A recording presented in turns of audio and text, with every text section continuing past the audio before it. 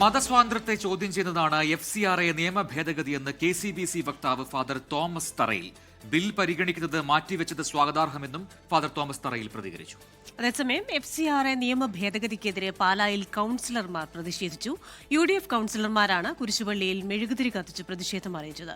Chairperson Diya പുളിക്കക്കണ്ടത്തിന്റെ നേതൃത്വത്തിലായിരുന്നു പ്രതിഷേധം.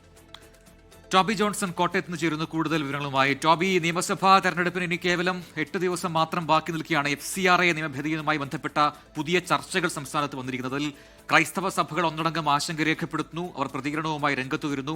ഏത് നിലയ്ക്കാണ് ഈ സഭകളുടെ പ്രതിഷേധം, ഒപ്പം തന്നെ നിലവിൽ ഉയർന്നു വന്ന പ്രതിഷേധങ്ങൾ, അത് ഏത് നിലയ്ക്ക് പോകുന്നു അവിടെ? തീർച്ചയായിട്ടും സഭകൾ ഇപ്പോഴും അതിൽ വലിയ ആശങ്കയിലും അതുപോലെ തന്നെ അവർക്ക് പ്രതിഷേധങ്ങളും ഉണ്ട്.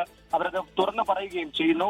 എന്തായാലും ഇത് ചർച്ചയാകും. ഈ ബില്ല് വരുമെന്ന് BJP നേതാക്കൾ ആവർത്തിച്ച് പറയുമ്പോൾ പ്രതിഷേധങ്ങളും ഒരു വശത്ത് ഉയർന്നു വരികയാണ്. നമ്മളിപ്പോൾ കണ്ടത് പാലായിലാണ്. പാലാ നഗരസഭയിലെ UDF അംഗങ്ങൾ, അത് ചെയർപേഴ്സന്റെ നേതൃത്വത്തിൽ പാലാ കുരിശുപള്ളിയുടെ മുന്നിൽ വന്ന് മെഴുകുതിരി കത്തിച്ച് പ്രതിഷേധിക്കുന്ന ഒരു കാഴ്ചയാണ് നമുക്ക് കാണാൻ സാധിച്ചത്.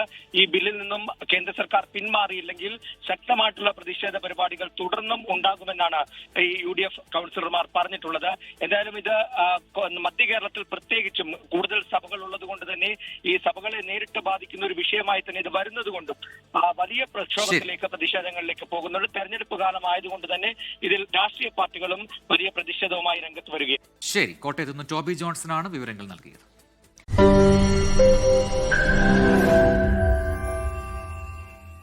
ലോകത്തെവിടെയായാലും ഏത് സമയത്തും 24 വാർത്തകളും ഓഗ്മെന്റഡ് റിയാലിറ്റി പാക്കേജുകളും എക്സ്പ്ലെയിനറുകളും വിശദമായി കാണാൻ ഞങ്ങളുടെ YouTube ചാനൽ നിങ്ങൾക്ക് സബ്സ്ക്രൈബ് ചെയ്യാം.